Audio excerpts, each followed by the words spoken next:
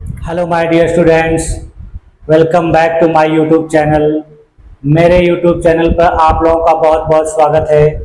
Dear students, आज की class में हम लोग सामाजिक विज्ञान विषय का अध्ययन करेंगे और सामाजिक विज्ञान विषय में हम लोग भूगोल का अध्ययन करेंगे।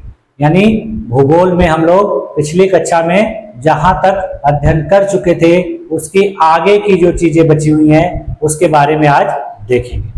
तो पिछली क्लास में हम लोगों ने सौर मंडल के जो प्रमुख ग्रह हैं उनके बारे में अध्ययन कर लिया था। अब हमें आगे जो उपग्रह बचे हुए हैं, जैसे प्राकृतिक उपग्रह क्या होते हैं और कृत्रिम उपग्रह क्या होते हैं, इनके बारे में देखना। उसके बाद हमें देखना है कि सूर्य ग्रहण और चंद्र ग्रहण कैसे लगता है। ठीक है, तो आइए चलिए देखते हैं। ये सब देखने से पहले हम लोग एक बात देख लेते हैं, जिन ग्रहों के बारे में हम लोगों ने अध्ययन किया है वो किस प्रकार से दिखते हैं, है ना। आइए चलिए देखते हैं। जैसे देखिए हमारी पृथ्वी, देखिए आप जब देखेंगे तो हमारी पृथ्वी इस प्रकार से चक्कर लगाती है, ऐसे पश्चिम से पूरब की तरफ। जो जो हिस्सा पृथ्वी का सूर्य के सामने पड़ता है वहां वहां दिन होता है और जो हिस्सा पीछे पड़ता है वहां रात। देखिए इस हिस्से में देखिए कोई भी स्थलीय भाग नहीं है, पूरा तरह से समुद्री भाग है, पूरी जल है। इधर देखिए फिर इस प्रकार से, देखिए इस प्रकार से पृथ्वी के देखिए ध्रुवों को देख लेते हैं। जैसे देखिए ध्रुव है, ये ध्रुव देखिए, यहाँ पर देखिए ध्रुव है, ठीक है, यहाँ पर है। फिर उसी प्रकार देखिए इधर देखिए उत्तरी ध्रुव देखिए यहाँ पर है, ठीक है।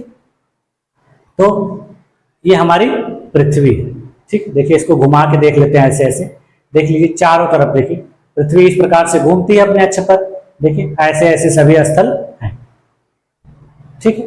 अब उसके बाद चलिए देखते हैं हम लोग बुध। देखिए बुध ग्रह देखिए दिखने में ऐसा लगता है। यानी ये सब जो तस्वीरें ली गई हैं वो कहां से ली गई हैं, नासा के द्वारा ली गई। नासा के पास एक बहुत बड़ा टेलीस्कोप है जिसको हबल स्पेस टेलीस्कोप कहा जाता है। उस टेलीस्कोप से ही ये सब ग्रहों की तस्वीरें ली गई हैं, जिससे देखिए एकदम ये लोग एग्जैक्ट दिखते हैं। देखिए इसको बड़ा करेंगे, उसके बाद देखिए इसको घुमा के देख लेते हैं। देखिए ऐसे, ये देखिए इस प्रकार से बुध जो है दिखता है। देखिए इसका जो देखिए ये बुध की आकृति है, ठीक। इसके बाद देखिए हम लोग शुक्र को देख लेते हैं। देखिए शुक्र ग्रह देखिए इस प्रकार से दिखता है, जैसे लग रहा है कि एकदम आग का गोला है। क्यों? क्योंकि बहुत ज्यादा हीट होता है, इसमें बहुत ज्यादा गर्मी होती है, जिसकी वजह से देखिए इस प्रकार से दिखता है, ठीक है। उसके बाद देखिए मंगल ग्रह देखिए एकदम लाल दिख रहा है। कैसे दिख रहा है लाल? मैंने बताया था आप लोगों को कि लौ ऑक्साइड के उपस्थिति की वजह से दिखता है। देखिए मंगल ग्रह को ऐसे घुमा के देखते हैं। देखिए इस पे कहीं कहीं काले काले धब्बे जैसे दिख रहे हैं, इसका मतलब वहां लौ ऑक्साइड की उपस्थिति कम है। और जहां जहां लौ ऑक्साइड बहुत ज्यादा पाया जाता है तो वो धरातल इसका देखिए पूरा लाल दिखता है, ठीक है। अब देखिए आगे देखते हैं बृहस्पति को। देखिए बृहस्पति मैंने आपको क्या बताया था कि ये हल्का गुलाबी कलर का दिखता है और इस पे पट्टियां दिखती हैं सफेद सफेद। देखिए ये पट्टियां हैं इस पे सफेद कलर, देखिए ऐसे, देखिए ये सफेद पट्टियां इस पे दिख रही हैं। और इसका देखिए ये पूरा आकार आकृति देखिए कैसे दिख रही है, ठीक है। ये है बृहस्पति। अब देखिए शनि को देख लेते हैं। देखिए ये शनि है, देखिए सुनहला पीला कलर यानी गोल्डन येलो कलर का। देखिए इस पे जो है छल्ले जैसे दिख रहे हैं सफेद सफेद। देखिए इसको घुमा के देख लेते हैं। देखिए इस प्रकार से, ठीक है, ऊपर नीचे जैसे। देखिए इस पे देखिए जैसे अपने पृथ्वी पे ध्रुव है उसी प्रकार से यहाँ पे भी उत्तरी और दक्षिणी किनारे हैं। देखिए ठीक ये। अब देखिए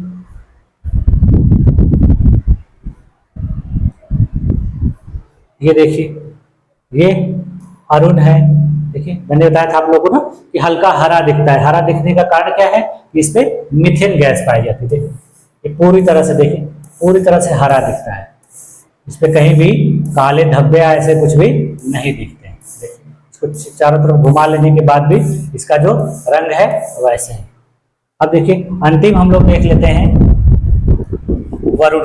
देखिए मैंने बताया था ना आप लोग को कि गहरा नीला दिखता है। देखिए पूरा गहरा नीला दिख रहा है, कहीं कहीं देखिए सफेद कलर के धब्बे दिख रहे हैं, तो ये बर्फीले पर्वत हो सकते हैं, ठीक है, या फिर बादल हो सकते हैं, ठीक है। देखिए ये इसको भी देखिए चारों तरफ घुमा के देख लेंगे तो इसका इस प्रकार से आकृति दिखे, ठीक है। तो ये हम लोगों ने ग्रहों के बारे में पढ़ा और ग्रहों की आकृति को देख लिया। अब हम लोग आते हैं उपग्रह के बारे में, और उपग्रह में हमें सभी उपग्रहों के बारे में नहीं पढ़ना है। हमारी पृथ्वी का जो उपग्रह, जो प्रमुख उपग्रह है, या पूरे सौर मंडल का 5वां सबसे बड़ा उपग्रह भी है, तो इसी के बारे में हमें अध्ययन करना है, क्योंकि ये हमारी पृथ्वी से बहुत ही ज्यादा संबंधित है, ठीक है। चलिए आइए देखते हैं। जैसे देखिए चंद्रमा। चंद्रमा क्या है? हमारी पृथ्वी का सबसे महत्वपूर्ण और एकमात्र प्राकृतिक उपग्रह है। देखो प्राकृतिक उपग्रह किसे कहते हैं? देखिए प्राकृतिक उपग्रह वे आकाशीय पिंड हैं जो अपने अपने ग्रहों के साथ साथ सूर्य की परिक्रमा करते हैं। यानी जितने भी ग्रहों के प्राकृतिक उपग्रह हैं वो अपने ग्रहों के साथ साथ वो भी चक्कर लगाते हैं। किसका चक्कर लगाते हैं? सूर्य की। यानी अपने ग्रह की परिक्रमा भी करते हैं और उसके साथ साथ सूर्य का भी चक्कर लगाते हैं, ठीक। देखिए अब चंद्रमा के बारे में हम कुछ महत्वपूर्ण जो तथ्य हैं उनको देख लेते हैं। देखिए विशिष्ट तथ्य, जैसे सबसे पहले देखिए पृथ्वी का एकमात्र प्राकृतिक उपग्रह है, ठीक है। इसके बाद देखिए इसमें जो चट्टाने हैं उसमें टाइटेनियम नामक धातु की बहुत ज्यादा अधिकता है। फिर देखिए चंद्रमा जो है इसमें चंद्र ग्रहण कब लगता है? जब पृथ्वी द्वारा चंद्रमा पर पूर्ण छाया हो जाती है, यानी जब सूर्य का प्रकाश चंद्रमा पर नहीं पड़ पाता, यानी पूरी तरह से पृथ्वी से घिर जाता है, तब पूर्ण चंद्र ग्रहण होता है।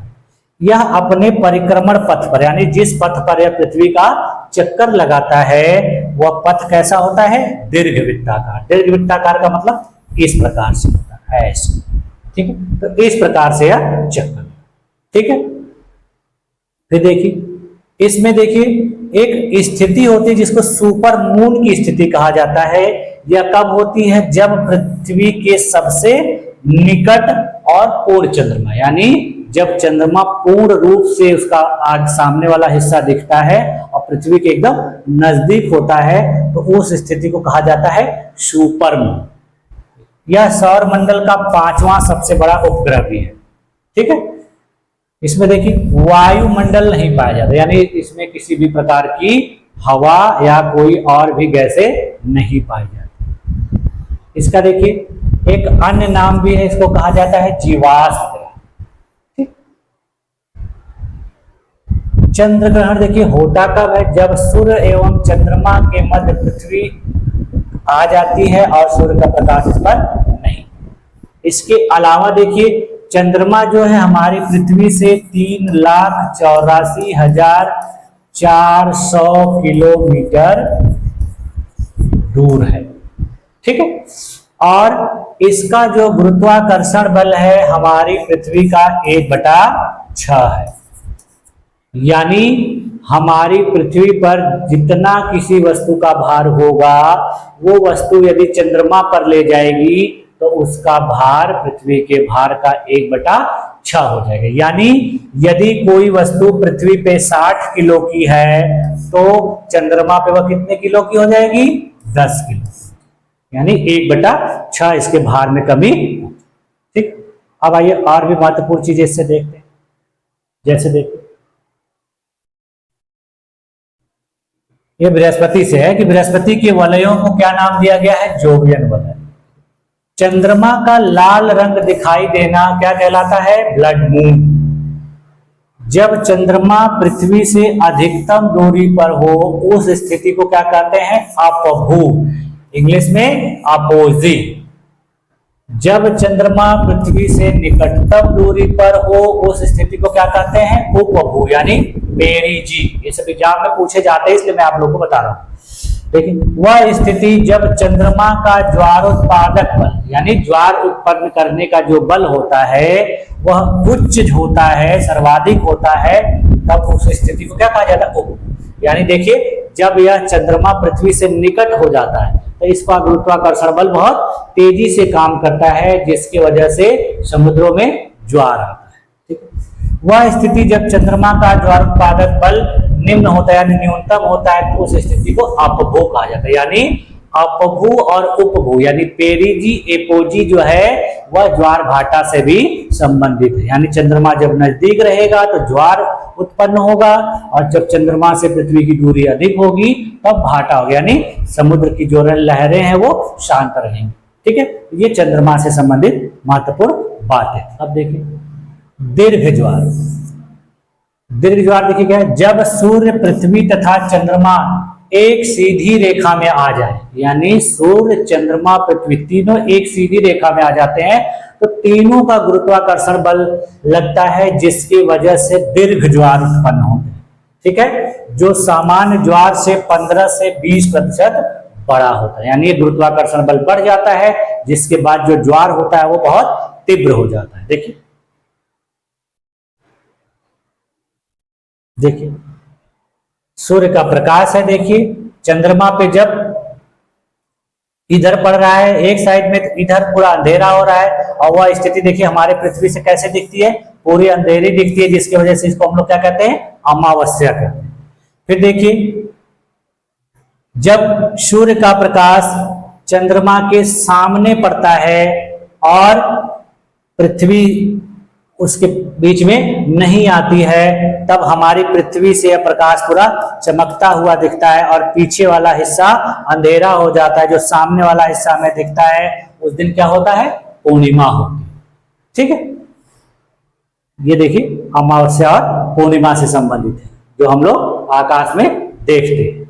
ठीक, देखिए सूर्य की तुलना में चंद्रमा की आकर्षण शक्ति का प्रभाव लगभग 2 गुना होता है। यानी जब सूर्य और चंद्रमा के बीच में पृथ्वी रहती है तो सूर्य की तुलना में जो चंद्रमा की आकर्षण शक्ति रहती है वो लगभग 2 गुना हो जाती है। ठीक, इस कब होती है? ये जब दीर्घ ज्वार आता है। अब देखिए लघु ज्वार की स्थिति देख लीजिए, यहां देखिए सीधी रेखा में थे लोग और सब एक साथ थे, तब ये दीर्घ ज्वार की स्थिति। अब देखिए लघु ज्वार की स्थिति देखिए क्या है? जब देखिए सूर्य, चंद्रमा एवं पृथ्वी समकोण की स्थिति में होते हैं, यानी जब सूर्य, चंद्रमा और पृथ्वी के बीच में समकोण की स्थिति होती है तो उस समय लघु ज्वार उत्पन्न होता है, और यह सामान्य ज्वार से 20% छोटा होता है, यानी 20% कम होता है। यह स्थिति देखिए क्या कहलाती है? इस तरह से होता है, यानी चंद्रमा कृष्ण पक्ष एवं शुक्ल पक्ष के सप्तमी या अष्टमी के दिन यह स्थिति होती है। यानी जब हम लोग जैसे हम लोग बोलते हैं कि अजोरा है, अंधेरा का मौसम है, जो कृष्ण पक्ष का मतलब क्या होता है? जो अंधेरा वाला मौसम होता है। ठीक है, तो उसमें 7वें 8वें दिन ये स्थिति होती। ठीक,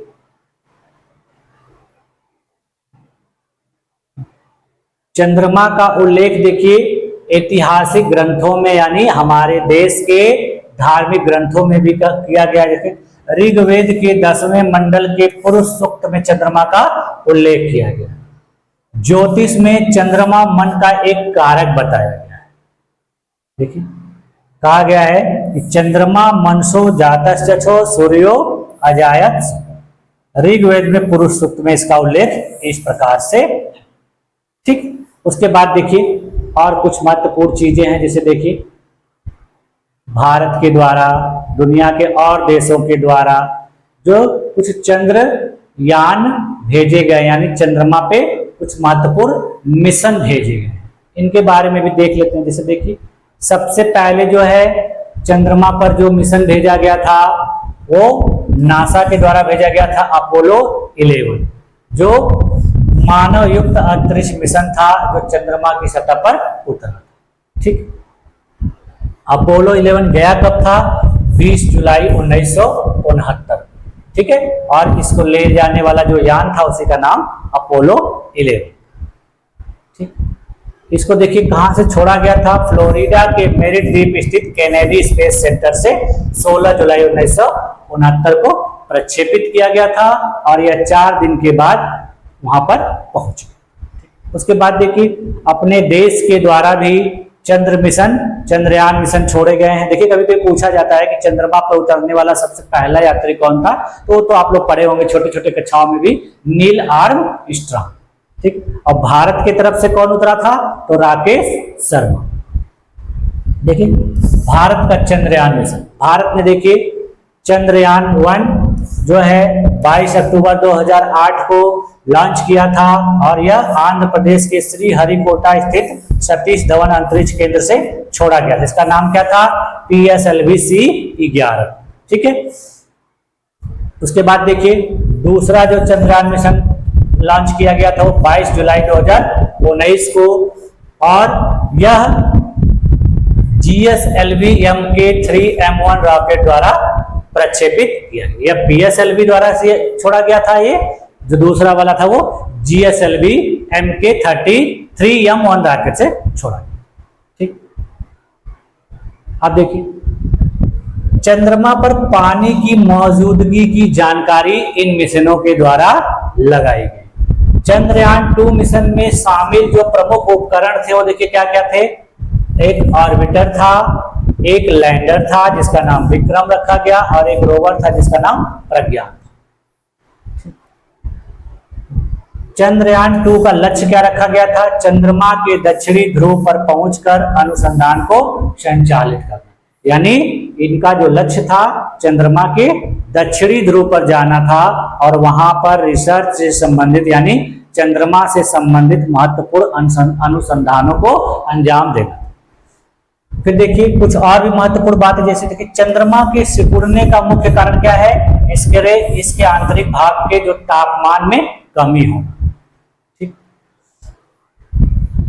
ये देखिए अंतरराष्ट्रीय खगोलीय संघ की स्थापना कब की गई थी? तो की गई थी 1919। नासा द्वारा लूनर रिकॉन्सेस ऑर्बिटर नामक उपग्रह का प्रक्षेपण किया गया 2000।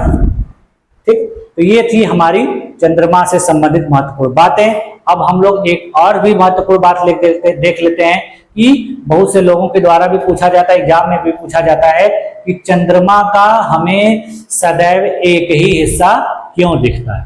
ठीक है, तो इसका कारण यही है कि चंद्रमा जिस गति से अपने अक्ष पर घूमता है उसी गति से पृथ्वी का एक चक्कर भी लगाता है, जिसकी वजह से हमें चंद्रमा का सदैव एक ही हिस्सा दिखाई देता है। आइए देखते हैं उसको।